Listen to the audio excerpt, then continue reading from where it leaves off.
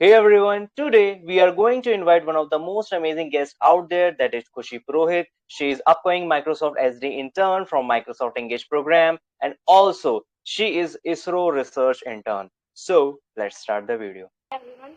First of all, I would like to thanks to you, Kshitij, that you inviting me for this session.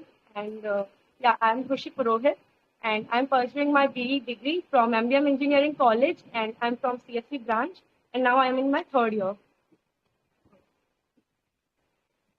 हम्म, तो सबसे important बात आपकी journey जान लेते हैं कि आपने कैसे शुरू किया, क्या शुरू किया, क्या आपका आपने प्रॉब्लम फेस की। अभी मैंने सुना कि एवरीवन मतलब काफी लोग हैं ऐसे जो 12th से ही चालू कर देते हैं। आपने खुद में 12th से चालू किया, बट मेरा ऐसा नहीं था। मेरे को पता भी नहीं था। मेरे को बस ये था कि हाँ, कुछ प्रोग्रामिंग होती है। एंड कॉलेज जाने से पहले मैंने बस सी प्रोग्रामिंग देखी थी, बट उसका भी मेरे को कुछ समझ नहीं आया था। तो मैंने जस्ट फर्स्ट ईयर से चालू किया था सी प्रोग्रामिंग का आगे वगैरह तब सब कुछ सीखना धीरे धीरे धीरे धीरे। फर्स्ट ईयर के एंडिंग तक में मेरे को एक सीनियर ने बताया कि मैंने उस टाइम मेरे को फर्स्ट ईयर के एंडिंग तक में भी मेरे को सी प्रोग्रामिंग आई थी। मतलब ऐसा था कि हाँ, आती है सी प्रोग्रामिंग। एंडिंग तक में सीनियर ने बताया कि कोड शेफ भी दिया करो। एंड आई वाज लाइक कि सिर्फ सी प्रोग्रामिंग आती है, कोड शेफ कैसे दे दूं मैं। तो फिर मैंने फिर भी ट्राई किया। पहली बार में मैंने ऐसा किया, 3 घंटे लगाए कोड शेफ के लिए। एंड उसमें भी मेरा कुछ मतलब एक क्वेश्चन भी नहीं हुआ मुझसे। फिर सेकंड जब वापस कोड शेफ का कॉन्टेस्ट दिया ना, तो फिर मेरे को धीरे धीरे मजा आने लगा। मतलब कि एक होता है ना कि अपन कोड शेफ के कॉन्टेस्ट देते हैं, क्वेश्चन आते हैं अच्छे अच्छे, तो मतलब वो सॉल्व करने में भी एक अच्छा मजा आने लगा। फिर धीरे धीरे धीरे धीरे कोड शेफ मैंने सबसे पहला प्लेटफॉर्म कहूँ तो फर्स्ट ईयर के एंडिंग में चालू किया था। और उसके बाद में मतलब ऐसा हो गया, फर्स्ट ईयर के एंडिंग से मैं कोड शेफ भी करती थी। मैंने कोई दूसरी टेक्नोलॉजी का भी देखा नहीं कि मेरे को वेब डेवलपमेंट भी आनी चाहिए या कुछ और भी। आई वाज लाइक मैंने सीपी डीएसए बस इनके ऊपर ही करा कि हाँ कि मतलब वो अच्छे लग रहे थे तो मैं करती गई। फ्लो होता है ना, तो वो बन गया। हम्म, फिर धीरे धीरे मतलब मैं आगे जैसे होता है ना कि डीएसए वगैरह पे मैंने बस उस पर ही फोकस किया। लीड कोड पे आई धीरे धीरे। फिर एक सीनियर ने अभी बताया था कि कोड फोर्सेस करो। तो जस्ट मेरे को लगा कि कोड फोर्सेस भी मुझसे कैसे ही होगा कि मतलब होता है ना, मैंने देखे थे लेवल थोड़ा अप जाता है कोड फोर्सेस का। तो बट हम्म, मैंने जैसे ही चालू किया ना, तो अब ऐसा हो गया कि मेरे को कोड शेफ से बेटर प्लेटफॉर्म लगता है कोड फोर्सेस। भले ही ऐसा हो गया कि मैंने जैसे ही ट्राई किया ना, तो मैंने पहले तो अगर जैसे ट्यूपल पे पहुंची, पहला मेरा कॉन्फिडेंस था कि अब तक स्पेशलिस्ट पहुंचूंगी। पर ऐसा हो गया फिर मैं वापस न्यू बाई पे आ गई। तो अभी मैं वापस कंटिन्यू करूंगी। एग्जाम्स वगैरह सब थे, तो माइनर प्रोजेक्ट आज ही खत्म हुआ है, तो मैं वापस कंटिन्यू करूंगी कोड फोर्सेस को वापस करना। और दूसरा है कि माइक्रोसॉफ्ट का पहले तो है कि इसरो का भी बहुत स्मूथ था। वो ऑन कैंपस था हमारे में। तो ऑन कैंपस बहुत ही स्मूथ था। एक कॉल इंटरव्यू टाइप हुआ था। एंड हम्म, हो गया था इसरो के अंदर भी। और जब इंटर्न करी तो एक रिसर्च इंटर्न का था, और नॉर्मल प्रोजेक्ट के ऊपर एक टीम वर्क करना था। एंड एसएफ इंटर्न, क्या एसएफ है पोस्ट में इसरो के अंदर, तो वो हमारे मेंटर थे। तो उन्होंने जो जो चीज जैसे मैंने प्रोजेक्ट मैंने अपना windmill detection through satellite images था, ये था हमारा प्रोजेक्ट। ठीक है, तो वो रियल डेटा पे काम करना था हमको। वो काफी मुश्किल पड़ गया था। एक तो एमएल मेरी थी नहीं फील्ड, उसके ऊपर मैं उस पर काम करूँ, तो एक होता है ना कि वो 2 महीनों में इतना चीज सीखने को मिल गया था ना कि हम्म, फील्ड भी नहीं थी, लेकिन उसके बाद में मेरे को काफी चीज पता लगे। ऐसा था कि मैं एक चीज करके लेके जाऊं, देन सर का एक नया टास्क आता। तो एक होता है ना, वो सेटिस्फेक्शन ही नहीं होता है। मैंने उस टाइम मेरे को पता लगा कि जो भी होगा सेटिस्फेक्शन किसी का होता नहीं है। तो धीरे धीरे वहां से एक नई नई जैसे QGIS वगैरह मैंने काफी टेक्नोलॉजीज वहां पे भी सीखी थी कि हम्म, किसी भी चीज का कैसे यूज करते हैं, हर चीज का। डीप लर्निंग right, में प्रोजेक्ट किया था। तो वहां पे इसरो का तो ऐसा रहा था। और माइक्रोसॉफ्ट चालू हुआ था, ये थी बात 14 अप्रैल 15 अप्रैल में एप्लीकेशन हम्म, आई थी। उस टाइम में मेरे को एक फ्रेंड ने बताया था किसी ने कि इसका फॉर्म फिल कर दो। मुझे तो लगा था कि Tier 3 कॉलेज है, कहाँ ही होगा, बट ट्राई करने में क्या जाता है। तो वो right, वैसा ही था right, मेरा। हाँ। okay, तो मैंने जस्ट उस पे फॉर्म फिल किया। एंड हफ्ते कुछ 2 हफ्ते के बाद में आ गया था कि एप्लीकेशन सेलेक्ट हो गई है। तो मेरे को लगा कि हाँ ठीक है, एप्लीकेशन सेलेक्ट हो गई है, फिर भी है तो अभी भी Tier 3। तो नेक्स्ट राउंड में नहीं होगा मुझे। हर राउंड में ऐसा लग रहा था कि अब नहीं होना है मेरा, आगे नहीं होगा। मेरे को ऐसा एक अंदर से लग रहा था। तो मैंने है ना फिर किया। फिर दूसरा राउंड आया।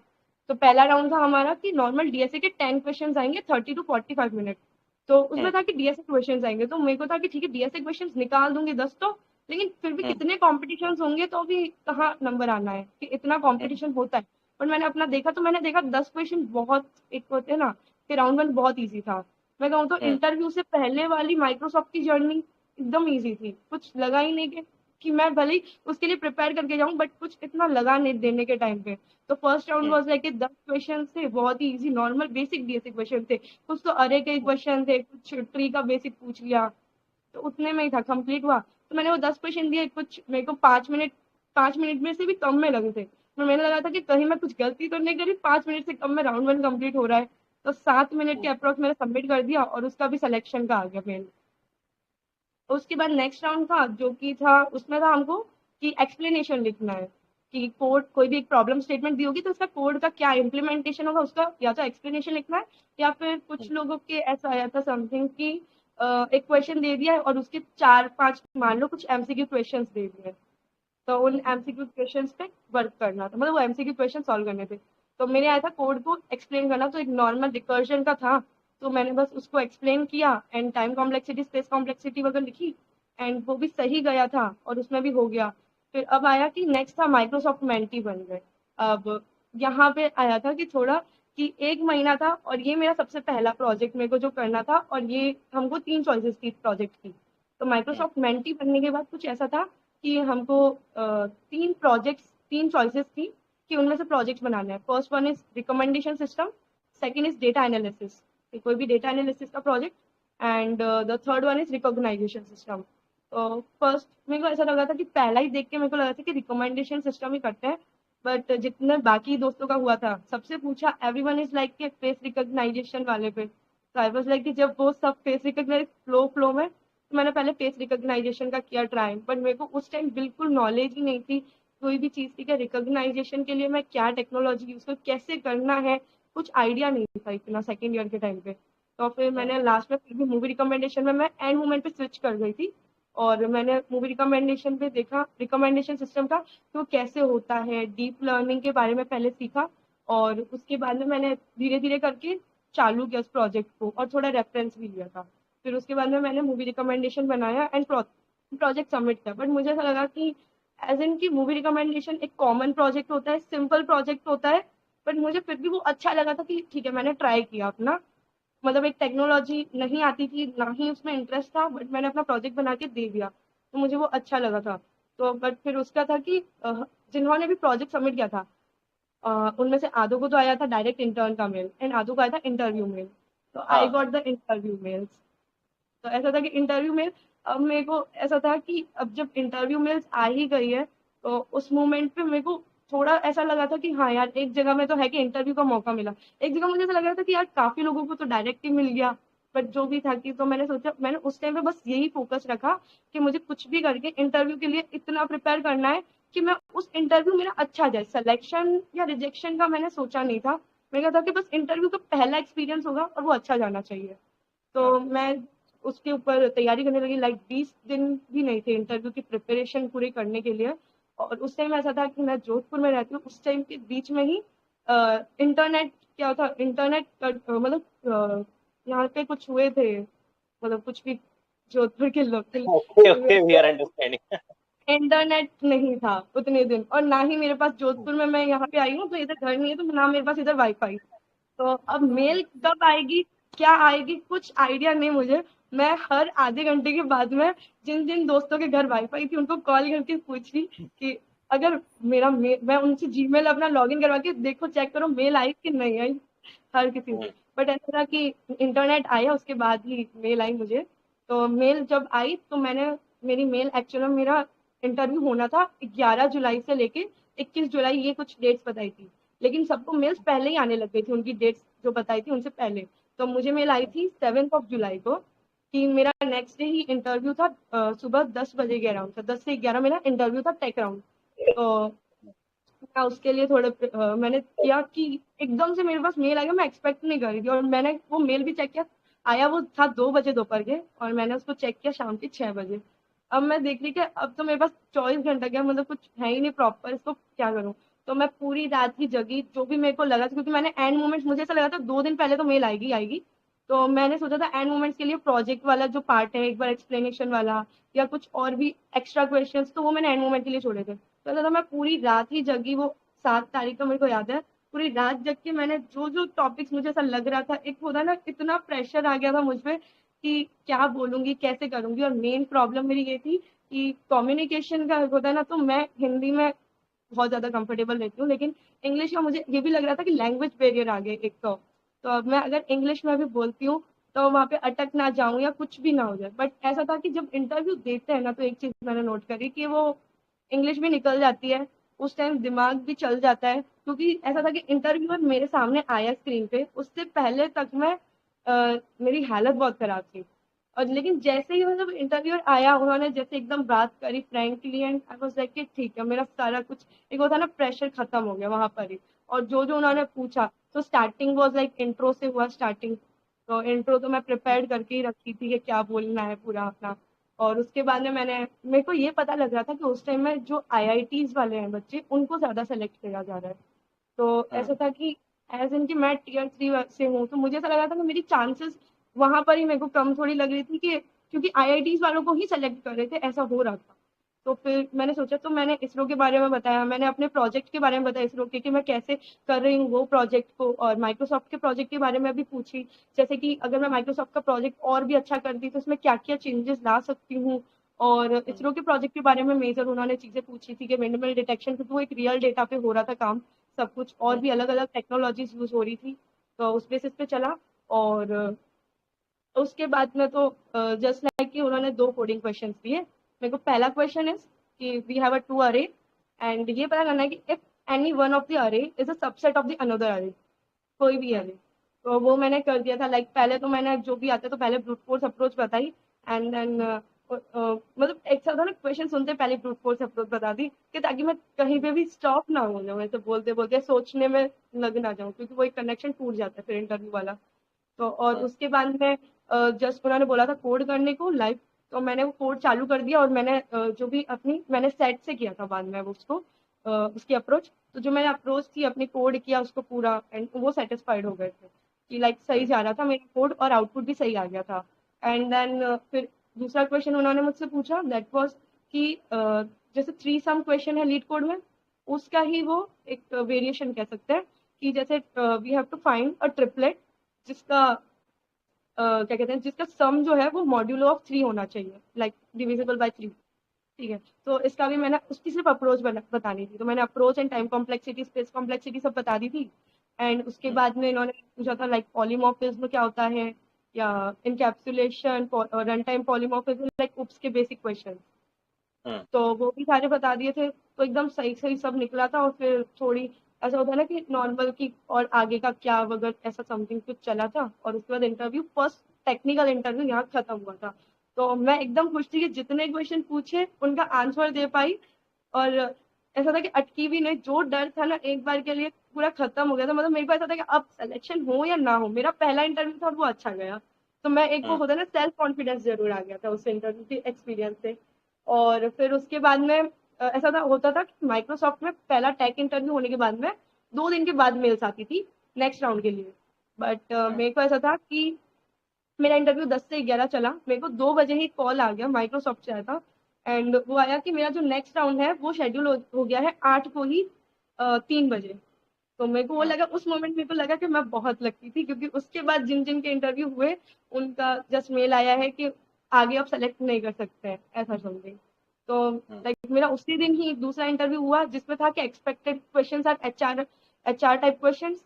तो मैं जस्ट ठीक है प्रोजेक्ट के बारे में पूछेंगे इन सब के बारे में।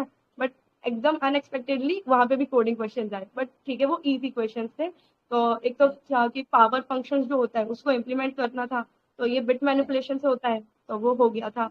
और दूसरा क्वेश्चन, दोनों ही लाइव कोड करने थे। और दूसरा क्वेश्चन था दूसरा क्वेश्चन था कि वी हैव टू, कि एक इक्वेशन दी होगी, लेट्स से कि एक्स एक्स इक्वल टू 10 - 3। तो यहाँ पे एक्स की वैल्यू निकालनी है, तो ऐसी कोई भी इक्वेशन दे सकते हैं।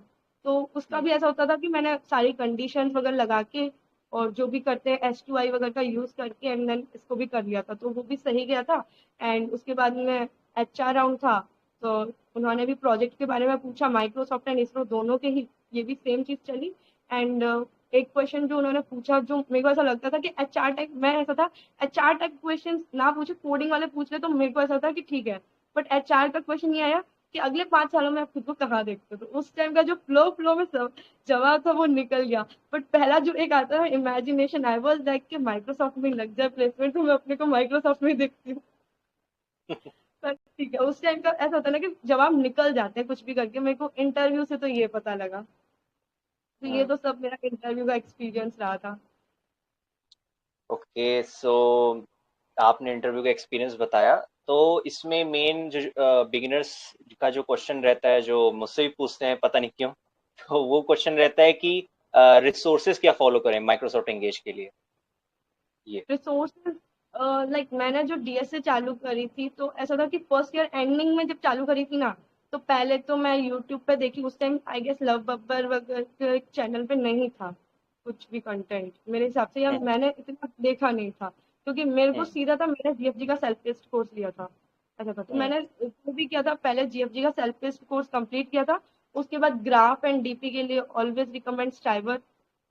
एंड ओके, उसके बाद ऐसा था कि जब मैंने अपना पूरा डीएसए वहां से कंप्लीट किया, तो पहले मैंने ऐसा किया था, पूरा थ्योरी पार्ट कंप्लीट किया था जीएफजी का, बहुत पहले ही मैंने कंप्लीट कर दिया था। लाइक सेकेंड ईयर की स्टार्टिंग स्टार्टिंग तक में जो भी थ्योरी पार्ट, ताकि मेरे से कोई कुछ क्वेश्चन पूछे तो एटलीस्ट मैं ऐसा ना हो कि ब्लैंक हो जाऊं या कुछ बता ना पाऊं। मेरे को हर टॉपिक का पता होना चाहिए और मैं उसको थोड़ा इम्प्लीमेंट भी मैं अपना सोच पाऊँ। तो मैंने वो पार्ट कंप्लीट किया था, और उसके बाद में मैंने क्वेश्चन सॉल्विंग पे आई थी मैं। तो क्वेश्चन सॉल्विंग का तो ऐसा होता है कि अपन प्रॉब्लम सॉल्विंग का होता है कि धीरे धीरे अपन को करनी ही रहती है, ऐसा नहीं है कि अपन छोड़ दे बीच में। तो हमेशा ही उसको कंटिन्यूअसली करनी होती है। तो मैंने ऐसा है कि जब भी प्रॉब्लम सॉल्विंग अगर बीच बीच में कभी छोड़ी है, तो वो बस मेरे ये एग्जाम पीरियड के टाइम पे, क्योंकि ऐसा होता है कि जब एग्जाम्स आते हैं तो मैं उनमें से हूँ कि जो सिर्फ एक दिन पहले पढ़ती हूँ।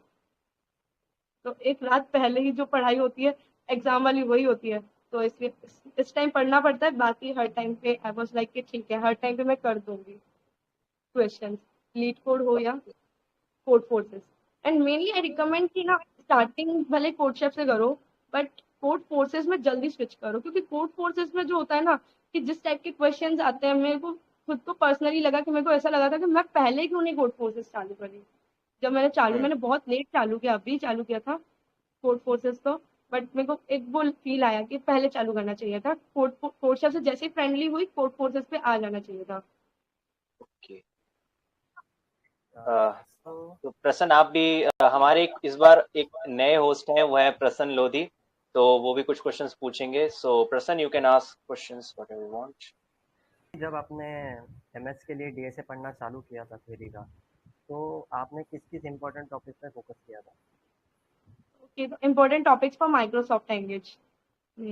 तो ऐसा था कि माइक्रोसॉफ्ट एंगेज के लिए जब मैं पढ़ना चालू की थी, तो मेरा ऐसा था कि नॉर्मल जैसे अरे हो गया या कुछ भी हो गया, स्ट्रिंग हो गया, तो इनसे अगर क्वेश्चंस आएंगे भी तो वो हो जाएंगे। तो बाइनरी सर्च वगैरह ये वाले टॉपिक तक मैंने इतना फोकस नहीं करा। आई वाज लाइक कि जो मैंने इतने टाइम से जिनकी प्रैक्टिस नहीं करी है, जैसे ग्राफ हो गया या ट्री हो गया, तो इनके क्वेश्चंस मैंने उस टाइम पे सेकंड ईयर में थी, तो मैंने इतनी प्रैक्टिस नहीं करी थी इन क्वेश्चंस की।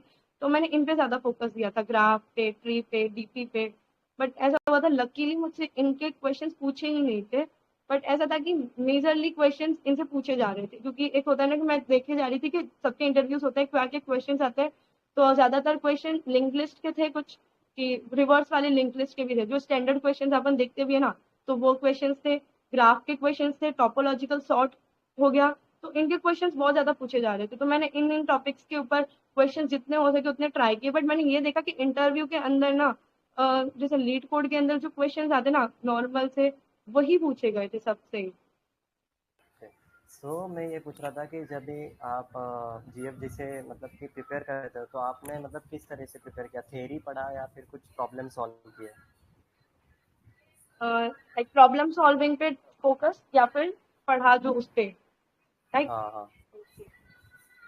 तो जब पढ़ा था तो उस टाइम तो ऐसा था कि पहले ये टॉपिक समझ आता है मेरे को कि है क्या चीज, क्योंकि सारी चीज ऐसी होती है ना कि अपन पहली बार पढ़ रहे हैं। जैसे प्रायोरिटी क्यू है, तो वैसे नाम से पता लग जाता है कि हाँ ये क्या करेगा, बट उसकी एक पूरी फंक्शनैलिटी पहले पहले मैं समझ लूँ। उसके बाद में मैं जस्ट डूइंग द क्वेश्चंस के जो भी मेरे को बेस्ट मिलता है, जैसे कोड फोर्सेस के अंदर से ढूंढूं या फिर लीड कोड के अंदर। तो मैं जैसे अभी मैं कर रही थी बाइनरी सर्च ऑन आंसर्स हो गया एक टॉपिक, तो उससे क्वेश्चंस काफी ज्यादा पूछे जाते हैं। और उसके क्वेश्चन ऐसे होते हैं कि अपन को अगर आपने पहले नहीं कर रखा है ये टॉपिक, तो अपने को सोच में भी नहीं आएगा कि यहाँ इस क्वेश्चन पे बाइनरी सर्च और आंसर लगेगा। तो जब मैंने ये वाला टॉपिक किया अभी किया था, तो उसके लिए तो मैंने पहले ये किया कि उसके पहले तो समझा क्या होता है, फिर उसके बाद उसके स्टैंडर्ड क्वेश्चंस देखे, खुद से ट्राई किए, और उसके बाद में आई वाज जस्ट ट्राइंग कि कोड फोर्सेस से मैंने देखे कि कहीं पे मेरे को मिल जाए बाइनरी सर्च ऑन आंसर के, तो मैं वहां से ट्राई करती हूँ। तो जस्ट फोकस के भले ही स्टार्टिंग में एक मतलब मेरे को सोचने में एक क्वेश्चन को काफी ज्यादा टाइम लगे, बट वो ओके होगा। बट एक बार मैं करने चालू हो जाऊंगी ना, तो वो धीरे धीरे वो टाइम कम होता जाएगा। भले मेरे को पहली बार में कोई टॉपिक का क्वेश्चन करने में एक घंटा लगा हो मान लो, बट वो धीरे धीरे कम होके अपन को समझ आ जाएगा कि हाँ इसकी किस तरीके से अप्रोच होती है। तो इट वाज जस्ट लाइक। तो माइक्रोसॉफ्ट एंगेज का एप्लीकेशन चालू नहीं हुआ है, तो अभी जून में आई थिंक तो चालू होंगे। तो अगर यहाँ से किसी को अगर प्रिपेयर करना है माइक्रोसॉफ्ट एंगेज के लिए, तो वो कैसे प्रिपेयर करेगा, किसी को एक रोड मैप के जैसे से? I mean the question the question ये है कि मतलब एप्लीकेशंस अभी आने वाले हैं ना, राइट? अभी आए नहीं है, तो मीन्स हम्म अभी से अगर प्रिपेयर करना है, 1 मंथ बचा है, राइट? 1 मंथ और 1.5 मंथ, तो क्या स्ट्रेटेजी होनी चाहिए प्रिपेयर करने की? ही मीन दैट। मेन फोकस तो ये होना चाहिए, पहला तो डीएसए है ही, कि डीएसए तो मस्ट है कि कर ही करो। तो पहला अगर मैं कहूँ, तो जो मैंने देखा जो हमारे टाइम माइक्रोसॉफ्ट में हुआ, तो उसमें तो ये हुआ कि मेन फोकस लीड कोड वाले क्वेश्चंस पे करें तो ज्यादा बेटर रहेगा, क्योंकि इंटरव्यू के अंदर ही पूछे। बाकी जो पहले 2 राउंड हुए उनमें एकदम बेसिक क्वेश्चंस पूछे गए, तो कहीं पे भी सीपी वाली चीज काम ही नहीं आई, मुझे ऐसा लगा। और है ना, दूसरी चीज तो ये है कि टेक्नोलॉजी जो भी है ना, एक वेब डिव अगर कोई एक टेक्नोलॉजी पे, मैं ये कहती हूँ कि सेकंड ईयर से ही काम करना चालू कर देना चाहिए। बिकॉज ऐसा होता है ना कि खुद ने नहीं करा होता तो लगता है कि हाँ यार रिग्रेट होता है कि पहले करनी चाहिए थी। तो like I am working on the मंच टेक, तो मैं उस पर चालू कर रही हूँ। मैंने मंच टेक पे जैसे प्रोजेक्ट बना रही हूँ, तो मेरे को पहले लगा कि अगर मैं पहले भी चालू कर देती ना, तो अभी बेटर होता। तो मैं कहती हूँ कि साथ साथ में जो भी अपना डेवलपमेंट वाला पार्ट है उस पर भी फोकस करना चाहिए। एंड दूसरा इज कि डीएसए, बट डीएसए का ऐसा कि मैंने देखा प्लेसमेंट के बेसिस पे देखूँ ना, तो जैसे अगर कॉलेज में भी कोई कंपनी आती है तो सीपी के क्वेश्चन ज्यादा होते हैं। लेकिन अगर मैं देखूँ कि इसके अंदर माइक्रोसॉफ्ट में अगर इंटरव्यू में पूछे गए, तो वो सिर्फ लीड कोड वाले देखूँ या जीएफ जिसे अपन करें प्रैक्टिस, तो बस उस लेवल के क्वेश्चन थे। गाइस गाइस, अगर आप में से किसी को भी कोई डाउट्स हो तो आप पूछ सकते हो, राइट? आप प्रिपेयर कर लो क्वेश्चंस, तो we can give you mic access, so you can further ask your questions, right?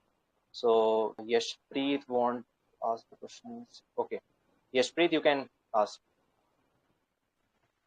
Hello, Krushi ma'am. How are you? Hello, I am fine, how you? Uh, I'm great, ma'am. It is actually nice hearing you. Actually, I wanted to ask you about like how much important is CP? Like, I'm currently in my first year and hearing about like open source and contributing to open source, like solving DSA problems and going to CP side is a different thing, right? So, या what's your take on that? I was like कि अगर CP की बात करूँ, just open source वगैरह का, जब अपन कोई भी कंपनी में जाते हैं, मैंने बहुतों के जैसे इंटरव्यूज वगैरह देखे हैं या इंटरव्यू एक्सपीरियंसेस उनके भी सुने हैं। तो जब भी मैं देखती हूँ ना, एवरीवन इज सेइंग कि डीएसए काम नहीं आता है आगे, इतना काम ही नहीं आता है कहीं पे। या सीपी के भी मैंने क्वेश्चंस बहुत ज्यादा कर लिए, बट वो आगे कहीं काम ही नहीं आएंगे। बट मैं कहूँ ना कि अगर प्लेसमेंट लेनी है ना, तो डीएसए तो मस्ट है कि वो करना ही है, सीपी के क्वेश्चंस। क्योंकि प्लेसमेंट के राउंड में जो होते हैं ना, ओए राउंड अगर मैं उधर सीपी के क्वेश्चन आते हैं, तो वहां पे काम जरूर आता है सीपी वाले क्वेश्चंस करना। तो इसलिए ये है कि सीपी जरूरी तो है। अब तुम ऐसा लगता है कि मैंने देखा है कि काफी लोग क्या करते हैं कि फर्स्ट ईयर सेकेंड ईयर के अंदर कोई भी टेक्नोलॉजी हो गई है तो उस पर फोकस करते हैं, and after that they will switch to the कि प्लेसमेंट आ गए हैं तो फटाफट डीएसए कर लेते हैं। वैसा होता है, या फिर कुछ का होता है कि पहले डीएसए एंड देन डेव। तो it just depends on you, but पहला होता है कि डीएसए कभी भी करो, बट वो मस्ट हो जाती है। अभी मेरे काफी ज्यादा सीनियर्स हैं, कुछ ऐसे कि जो ब्लॉकचेन वगैरह इनमें ज्यादा इंटरेस्टेड है, एमएल वाले, लेकिन उन्होंने पहले एमएल किया, लेकिन एट द एंड आके उनको डीएसए करना ही पड़ा। एंड साथ साथ में सीपी के क्वेश्चन भी करने पड़े, क्योंकि ओए में बहुत ज्यादा जरूरी हो जाता है। Okay, ma'am. And one more thing, like I've also heard कि DSA basic ही required होता है for cracking FANG interviews or man recently.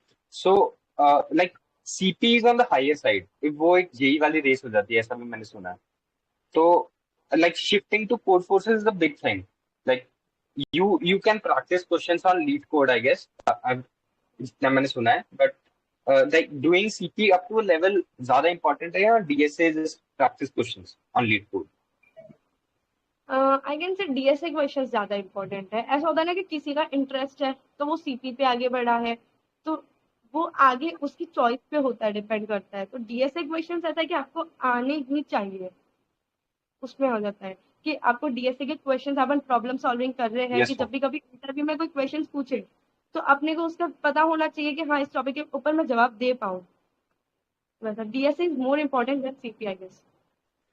Yeah, sure. Thank you, ma'am. Have a nice day. Thank you. Okay.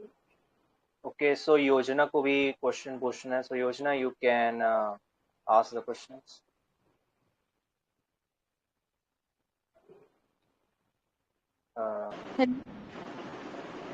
Hello. Hello ma'am, so मुझे पूछना था कि मैंने DSA की theory first year में कंप्लीट कर ली थी। हमारे फर्स्ट ईयर में ही हमको डीएसए था और मैं वेब भी वही तभी से कर रही हूँ। लेकिन मेरा क्या हुआ था, मेरे एग्ज़ाम्स के बीच बीच में एग्ज़ाम्स थे, इसलिए मेरा बीच बीच में काफ़ी गैप आया था, इसलिए मुझे सब कुछ रिस्टार्ट करना पड़ रहा था। और वेब के बारे में काफ़ी ज़्यादा हुआ। तो अभी मैं सेकेंड ईयर में हूँ और अभी मैं डीएसए पे काफ़ी फोकस कर रही हूँ। तो मेरा अरे स्ट्रिंग्स वगैरह कंप्लीट हो गया है जीएफजी के ही डीएसए सेल्फ बेस्ड कोर्स से। तो अभी अगर मैं माइक्रोसॉफ्ट एंगेज में अप्लाई कर रही हूँ तो मेरे को क्या स्ट्रेटजी फॉलो करनी चाहिए, मेरे को डेवलपमेंट और डीएसए ये दोनों कैसे मैनेज करने चाहिए? ओके, तो माइक्रोसॉफ्ट एंगेज का मैं बताऊँ ना, तो मेन फोकस तो उनका मैंने देखा डीएसए पे होता है। डेवलपमेंट का इतना तो पूछा भी नहीं है किसी से। लाइक वेब के भी किसी से भी क्वेश्चन अगर किसी ने बोला है कि they are doing now merge tech in working on merge tech और नो अबाउट रिएक्ट या कुछ भी, देन उनसे एक या दो क्वेश्चन पूछे होंगे, इससे ज्यादा कोई क्वेश्चन नहीं पूछा है। लाइक प्रोजेक्ट रिलेटेड भी उतना कुछ डीप में नहीं गया वो। तो मेन तो फोकस डीएसए पे करो if you are asking about the Microsoft Engage. तो और कोई टेक्नोलॉजी भी साथ साथ में पढ़नी चाहिए, लाइक एआईएमएल ब्लॉकचेन वगैरह, या फिर ओनली वेब साथ में होगा तो सपोर्टिव मतलब सफिशिएंट है क्या डीएसए के मेरे हिसाब साथ में? से जो प्रोजेक्ट की बात करी थी मैंने कि बीच में प्रोजेक्ट करना था माइक्रोसॉफ्ट मेंटी के बाद में, तो उसके अंदर एआई एमएल इनका आया था। बट ऐसा है कि वो प्रोजेक्ट डुएबल होता है कि अपन कर सकते हैं। वैसा होता है कि तुम उस टाइम भी सीख के कर लोगे। अभी ऐसा है कि तुम सिर्फ इसके लिए अपना पूरा डोमेन स्विच कर दो, क्योंकि एक पूरा एक महीने का टाइम मिलता है अपन को उस प्रोजेक्ट को करने के लिए। तो वो एक महीना आई गेस सफिशियंट है जिस टाइप के वो प्रोजेक्ट्स देते हैं उनको करने के लिए।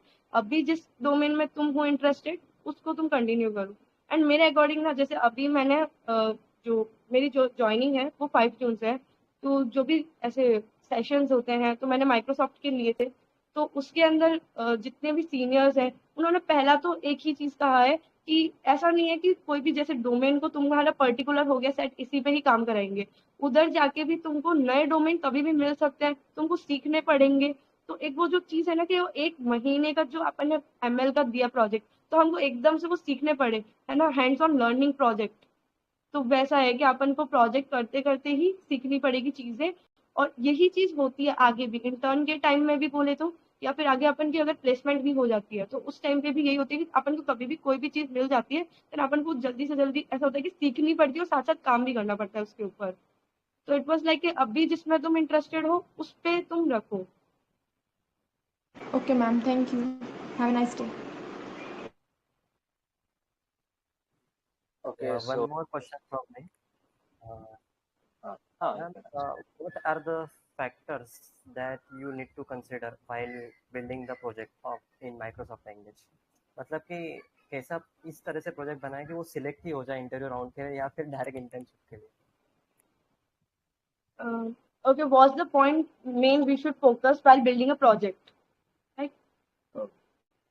So जब प्रोजेक्ट जैसे था कि बिल्ड, मैंने बोला कि मैंने स्विच किया था प्रोजेक्ट, पहले रिकॉग्नाइजेशन से रिकमेंडेशन सिस्टम। तो मुझे ऐसा लगता है कि जो मेन पॉइंट्स है, अपने को एक नया आइडिया की बहुत जरूरत है कि अपन को एक न्यू आइडिया सोचे। कि जैसे मैंने बोला रिकमेंडेशन सिस्टम बनाया, तो वो बहुत कॉमन था। मैं खुद भी सोचूं ना तो मूवी रिकमेंडेशन, क्योंकि एक था कि मैंने बहुत ही कम टाइम में उसको बनाया था। Frankly speaking it was around के 4 दिन भी नहीं लगाए थे, तो वो उसमें बनाया था। तो जो एक बेसिक से बेसिक प्रोजेक्ट में बना सकती थी मैंने वो बनाया था।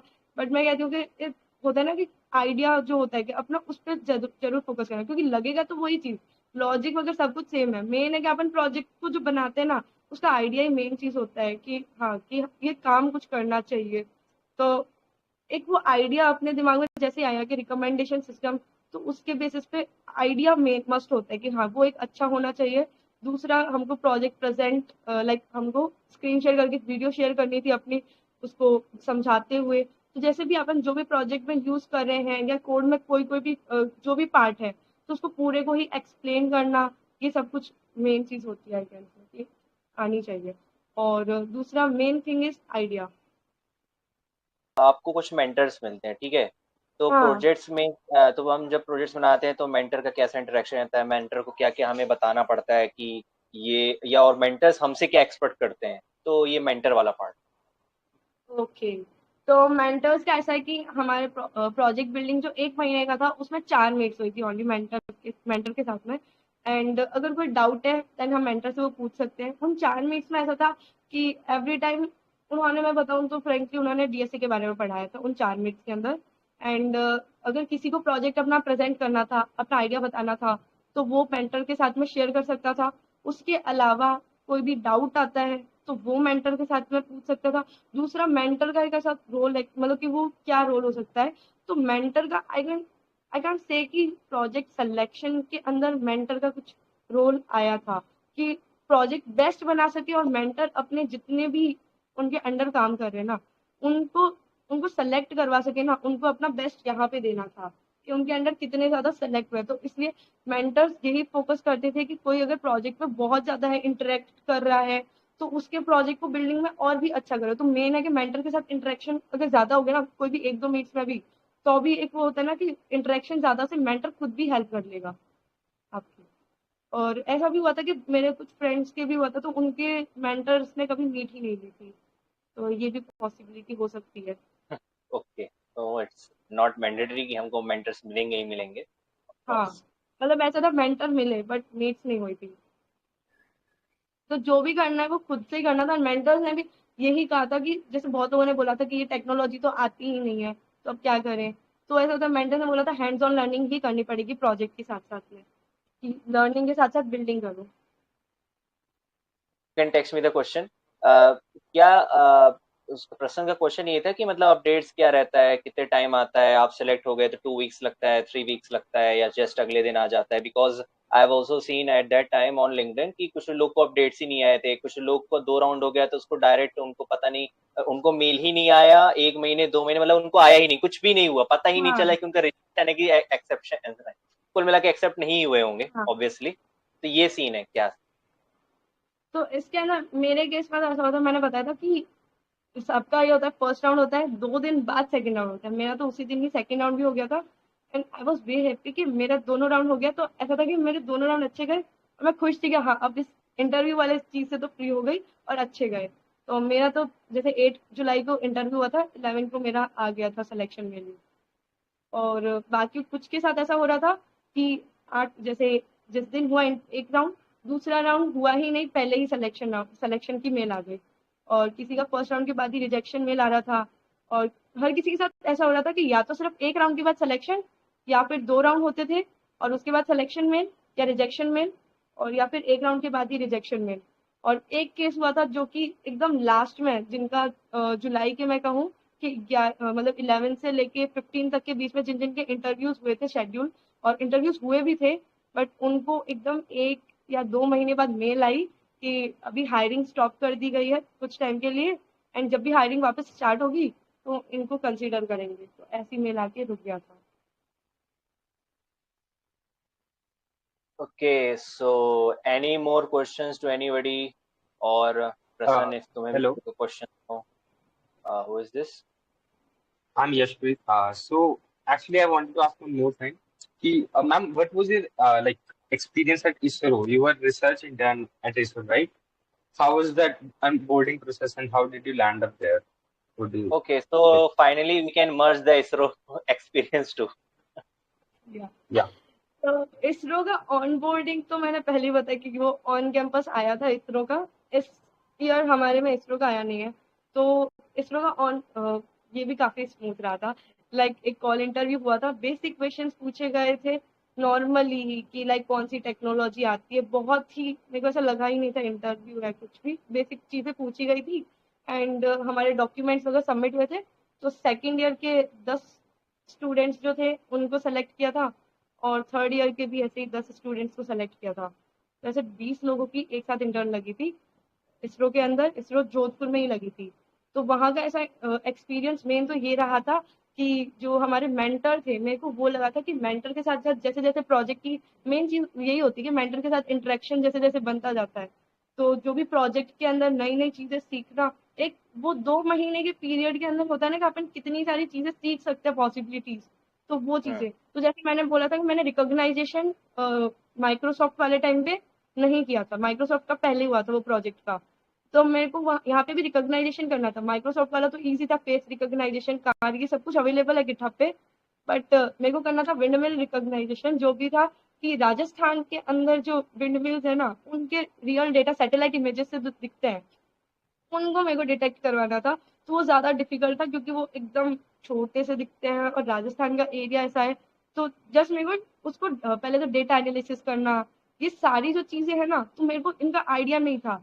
वो मेंटर ने जो जो चीजें सिखाई, जिस तरीके से अपन मेरे के इंटरेक्शन मस्ट होता है कि मेंटर के साथ अच्छे से अच्छा हर मीटिंग वगैरह या जो भी होती है अपना, तो वो हर चीज के अंदर अपन को डाउट्स आए तो वो पूछना।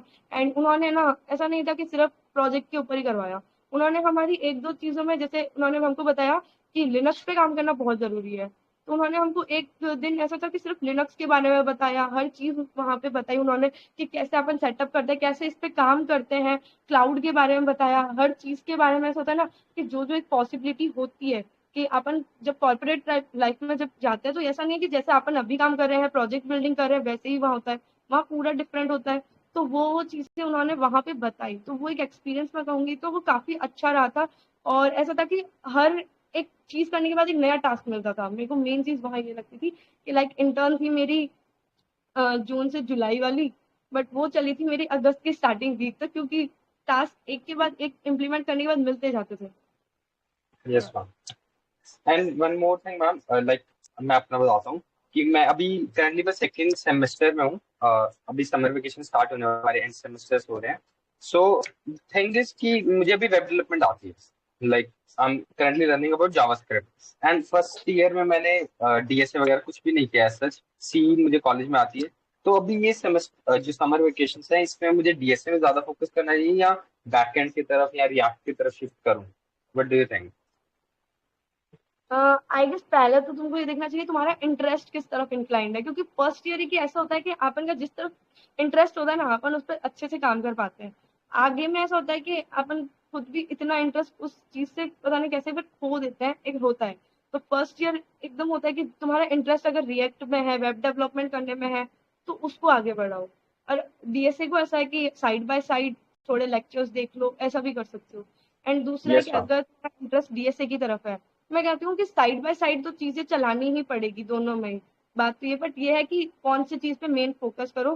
तो वो है कि तुम्हारा इंटरेस्ट किस तरफ है, क्योंकि फर्स्ट ईयर के अंदर जिस तरफ इंटरेस्ट होगा उस तरफ जाएंगे ना, तो एक फ्लो सही रहता है। नहीं तो मतलब वो एक होता है ना कि टूट जाता है अपना, कैसे भी करके वो फ्लो कहूँ या नहीं यस मैम। कहूँ। Moreover C plus plus मैं कोड हेल्प से करूंगा, लव बबर वो सही है ना? कोर्स आप बता रहे थे, लव बबर बस। Uh, good. हाँ, C plus plus, DSA with C plus plus by Luv. Yeah. मैं कहूँगी मेरे को अगर यस। पहले मिलता ना, मैं जीएफसी सेल्फ पेस वाला लेती नहीं, बट मेरे को सेल्फ पेस का लगता है कि वो काफी ज्यादा स्ट्रक्चर्ड है। बट लव बब्बर वाला मैं खुद रिकमेंड करती हूँ। मैं खुद भी अभी जैसे होता है ना कि कोई टॉपिक में रह जाती हूँ, तो love Babbar he recommend yes ma'am, thank you. Okay, so I think there are no more questions. Thanks, Khushi, for giving us a important time. You know, बहुत सही रहा Thank you इस so session. much for giving, for inviting me the Okay. session. Like it was a great session, and जो interaction हुआ first time, I was just reviewing all such things. So it's a nice experience, and thanks to you. Okay. Okay. So yeah, guys, that's it. We can close the session, right? Okay. Thanks everyone for coming. Thank you.